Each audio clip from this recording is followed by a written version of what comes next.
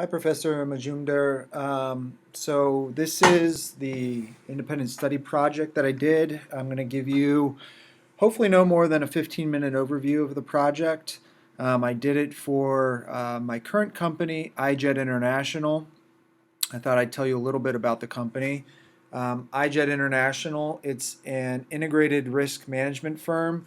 There's about 300 employees spread across Annapolis, Washington, Johannesburg, London, Singapore, and India. And there are multiple divisions within iJet, but I primarily work in the divisions of integrated risk management, executive decision support, and global intelligence. So, integrated risk management, um, basically, what I do is benchmarking, so evaluating risk for clients, doing data consulting around risk management. Those are the two big topics that I cover in that area. Executive decision support. This is more ad hoc stuff where we do specific site threat assessments for clients. We help clients who want to, say, build a manufacturing plant in northern Mexico or are looking at opening a mine in Brazil. We do geopolitical, economic, and security threat assessments for those types of projects.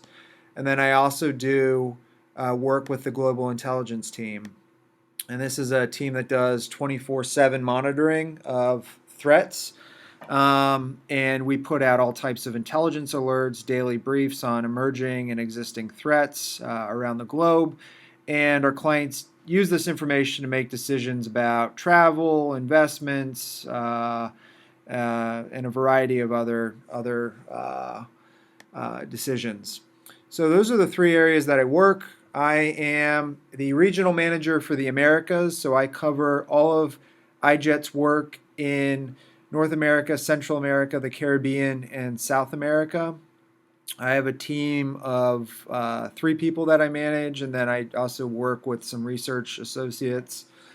So that's a broad overview of iJet, and I thought that now that you got a sense for what iJet does, you could better understand the project that I worked on.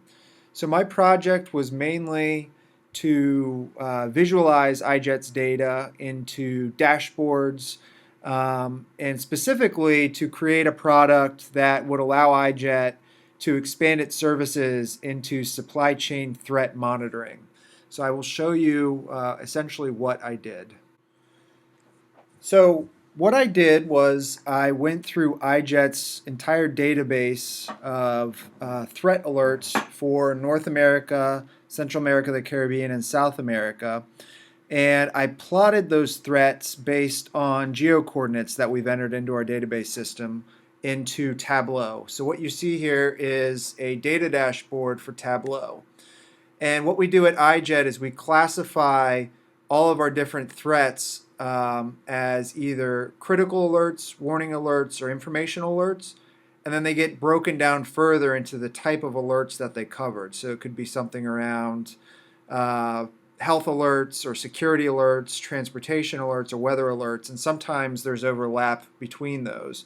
And then that gets broken down even further into very specific things that might be, this particular weather alert might be causing supply chain disruptions, or the recent attack at the airport in Fort Lauderdale would be, for example, delaying flights. And so we tag all of these alerts with the appropriate metadata. So I downloaded, I wrote a SQL script and essentially extracted all of our alert data for the Americas from the last 5 years, and then plotted it in Tableau according to its geocoordinates and the threat radius. So each alert that we put out has threat radiuses. So for here, you could see, severe thunderstorms likely in this part of Kansas. It's an environmental alert. It's affecting an area of, let's say, 100 kilometers in diameter. So that all got plotted on. I plotted all of this onto our threat maps, and as you can see, it goes down into South America as well. For the purposes of performance, I did not actually upload all of our data onto the system. That just really slowed Tableau down. So I imported several thousand data points. So I mapped this all over Tableau, as you can see, and everything ranging from tropical storms to security alerts.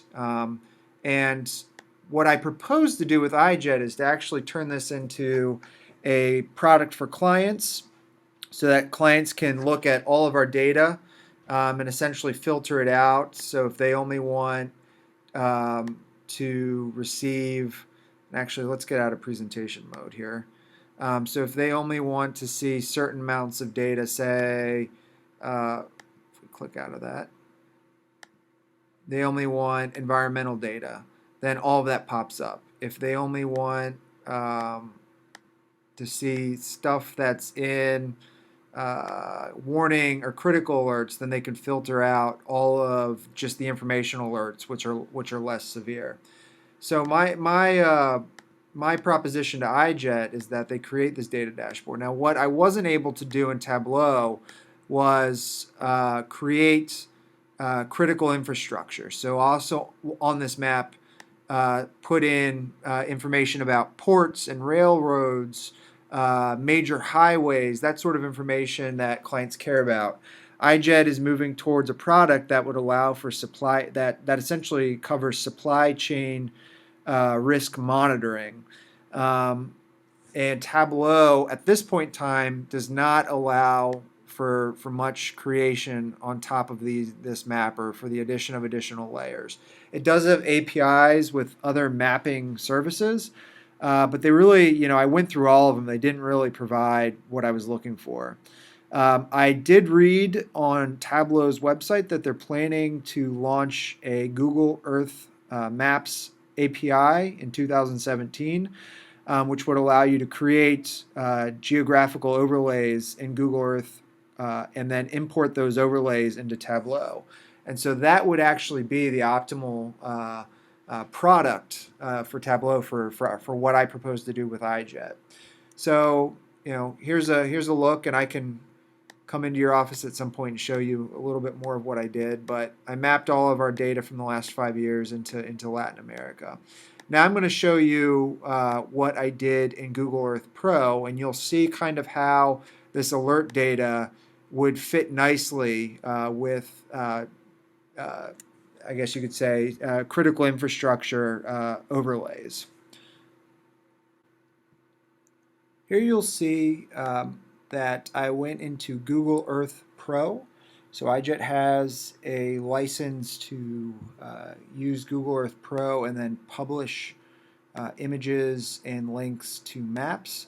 So what I did is I added all of the major domestic and international airports in the United States, and I extended this into other parts of the Americas. I put in, you'll see in red here, critical or class 1 rail lines. So these are major freight rail lines in the United States. I also put in ports. So these are the major ports in the Americas.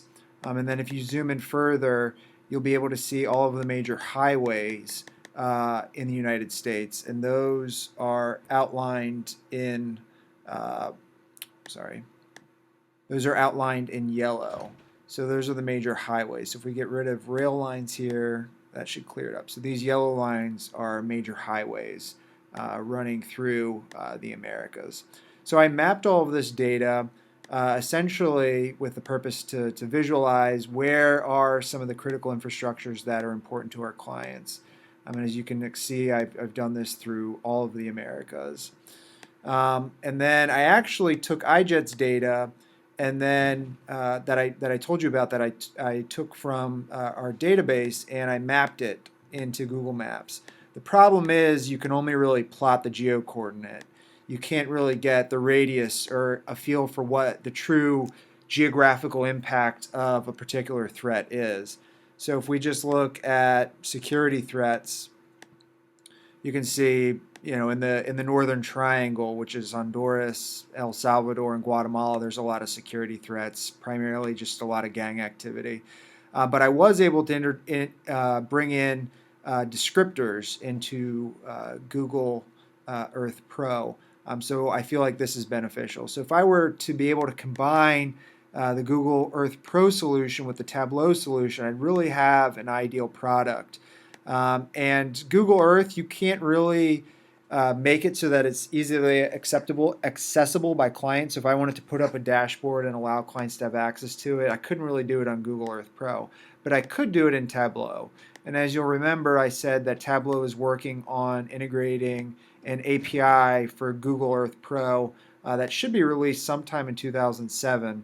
And so I think that will really create an ideal product. So as you can see, you have all of these, sorry, I'll get rid of the threats. You have all these critical infrastructures, and essentially what we do is combine that with our maps.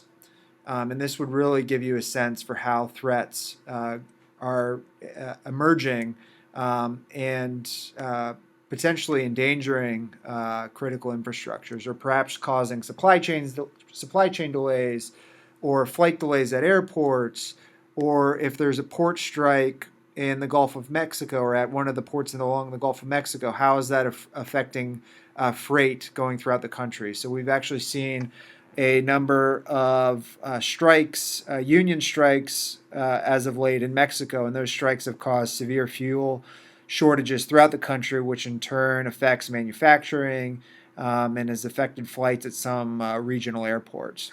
So if you have that data and you can access it in real time, you can see what are some of the existing threats if you kind of just toggle through these different options or filters here on the side. And then you can even go back 3 or 4 years and say, hey, I want to see what some of the environmental threats were for December of 2013. And that might help give you an idea of what to expect in terms of weather threats and how they affected supply chain infrastructure in 2017 or 2018.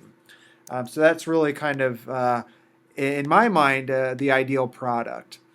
So as you can see, this is kind of, you can see how this could be valuable to some of our larger clients. We've got Newmont Mining as a client, which is big in Latin America, Pepsi, Westinghouse, Cummins, which makes essentially engines. We have Facebook as a client. Uber's a big client. So when we have transportation strikes, or there's a lot of taxi unions in Mexico that aren't very happy with Uber because they're essentially taking their jobs and their clients. Uber wants to know about those transportation strikes or those taxi strikes so that they can prepare their drivers and perhaps let them know to avoid certain parts of a city. So you can see how all this fits together. If you have any questions, feel free to get in touch, and I'd love to be able to stop by your office at some point here in Spring 1 and go a little bit more in depth of what I did. All in total, I probably spent about 40 hours, 50 hours working on this project. It was mostly trying to find an ideal solution. So the mapping parts on Google Earth Pro and Tableau was fairly straightforward, but I played around with a bunch of other mapping technologies like ArcGIS and QGIS or Quantum GIS, and I just couldn't find the ideal solution that would allow me to do this quickly. I could have done this in Google Maps, taken all of our alert data, but I'd have to have plotted it out individually with each individual threat having its own radius, and that would have just could have taken thousands of hours. So I declined to do that, as you might imagine. But I look forward to speaking with you, and I hope you have a good sense of the project I worked on. Thank you so much.